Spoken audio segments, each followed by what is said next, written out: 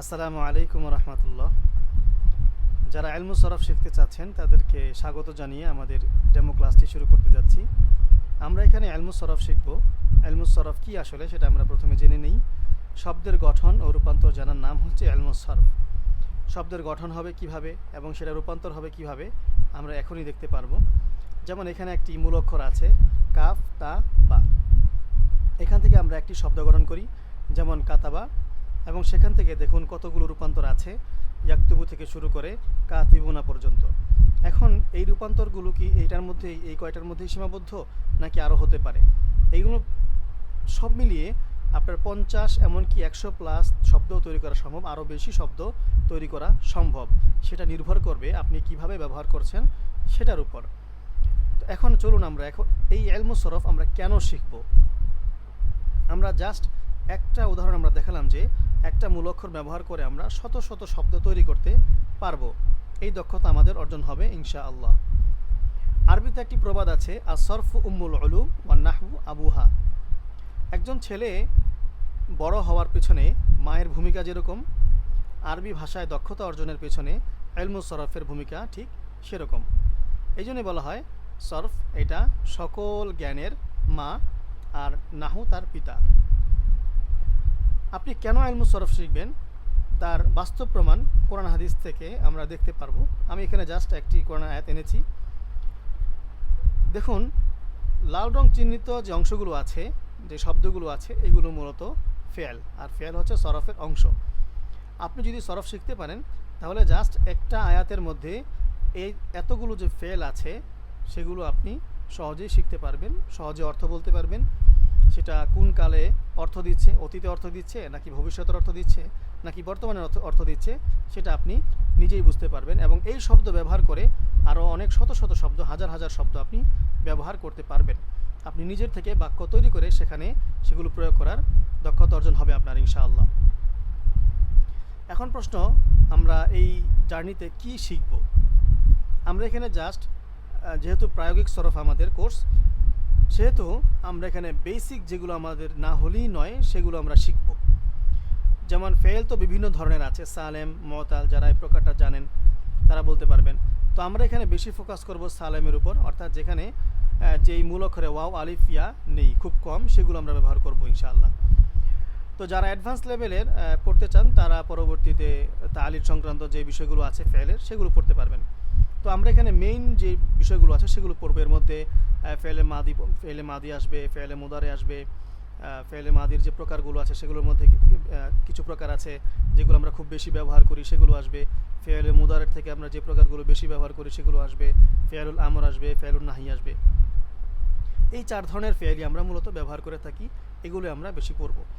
আর এই ফেল থেকে যে এসএমগুলো তৈরি হয় সেগুলো মানে ইসমুল ফাইল, ইসমুল মাফউল, হ্যাঁ, ইসমুল আলা, ইসমুল জরফি, ইসমুল তাবদিল, এই ইসমগুলো আমরা পড়বো ইনশাআল্লাহ। এরপর আসেন ইলমুস সরফে মোট 43টা বাব আছে, সেই বাব সংক্রান্ত বিষয়গুলো আমরা পড়বো ইনশাআল্লাহ। তবে 43টা বাব আমরা পড়বো না, সেখান থেকে বহুল ব্যবহৃত যে বাবগুলো আছে সেগুলো আমরা ইনশাআল্লাহ পড়ব।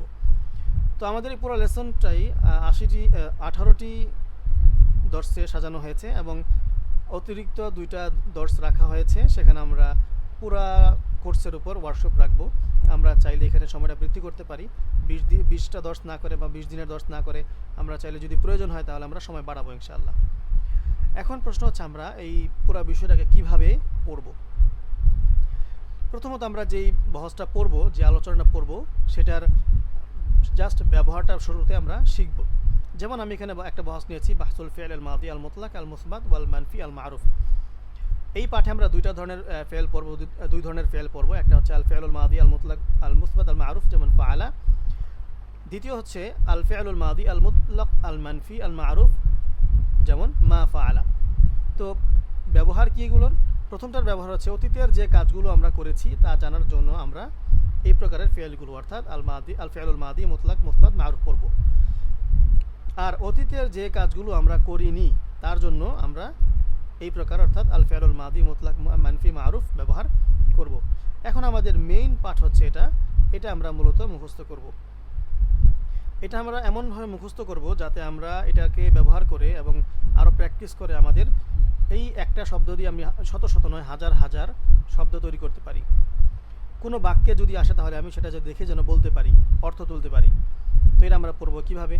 ফাআলা সে করেছে, মা ফাআলা সে করেনি, ফাআলাত সে করেছে, মা ফাআলাত সে করেনি। এইভাবে আমরা এটা মুখস্থ করব। মুখস্থ করার পর যে আমরা এখানে প্র্যাকটিস করব, এখানে বিভিন্ন বাব দিয়ে আমরা প্র্যাকটিস করব, বিভিন্ন বাবের মাসদার দিয়ে প্র্যাকটিস করব। প্রায় বহুল ব্যবহৃত এখানে কিছু আবওয়াব এনেছি আমরা, সেগুলো দিয়ে আমরা প্র্যাকটিস করব এখানে ইনশাআল্লাহ। অনুশীলনীয় আসবে প্রায় সম্ভবত 12টি, 11টি বাব দিয়ে আমরা বহুল ব্যবহৃত বাবগুলো দিয়ে আমরা চর্চা করবো ইনশাআল্লাহ। চর্চা করার পরে আমরা এই যে ফেল বা যে ফেলের যে দুইটা প্রকার পড়লাম, সেই দুই প্রকারের ফেল দিয়ে আমরা একটি গল্প পড়ব বা রিডিং প্যাসেজ পড়ব। যেমন জা ইয়াউমুল উতলাতি ফারিহা বাসিমুন জিদ্দান মা যাহাবা বাসিমুন ইলাল মাদ্রাসাতি। যেমন ফারিহা এটা আমাদের দর্শের সাথে সংশ্লিষ্ট একটা ফেল, মা যাহাবা এটা আমাদের দর্শের সাথে সংশ্লিষ্ট একটি ফেল। তো এই প্যাসেজটি পড়ার পর আমরা যাব হচ্ছে এটার উপর বিভিন্ন তামরিন করব, বিভিন্ন ক্যাটাগরিতে আমরা সেটা তামরিন করব। যেমন প্রথমটা হবে আমাদের সঠিক ভুল বাছাই করা। এই প্যাসেজে যে বাক্যটি আছে সেটার সাথে আমরা প্রশ্নটা মিলাবো, যদি সঠিক হয় তাহলে সঠিক চিহ্ন দেব, টিক চিহ্ন দেব, আর যদি ভুল হয় তাহলে ক্রস চিহ্ন দেব। এরপর প্র্যাকটিস করব যে এখানে শূন্যস্থান পূরণের মাধ্যমে আমরা প্র্যাকটিস করব, বাক্যগুলোকে সুন্দরভাবে সাজানোর মাধ্যমে আমরা প্র্যাকটিস করব।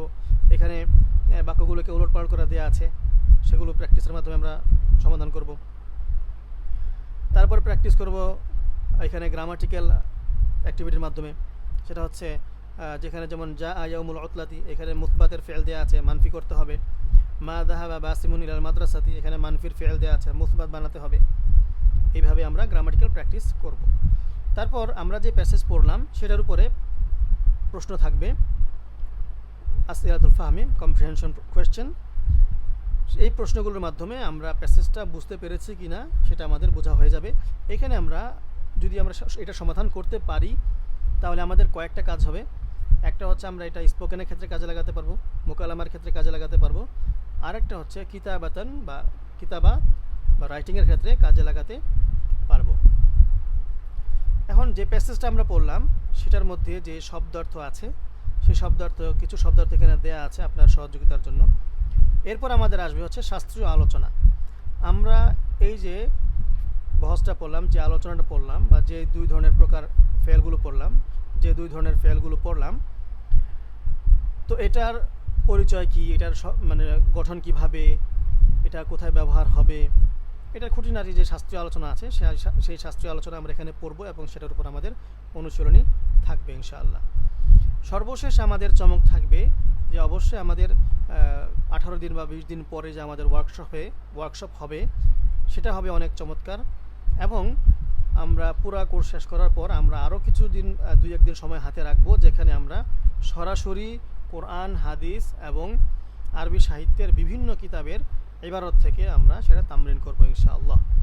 আল্লাহ তাআলা আমাদের জন্য সব কিছু সহজ করে দিন, আমাদের জার্নি সহজ হোক, আমাদেরকে সঠিকভাবে ক্লাসগুলো করার তৌফিক দিন। আসসালামু আলাইকুম ওয়া রাহমাতুল্লাহি ওয়া বারাকাতুহু।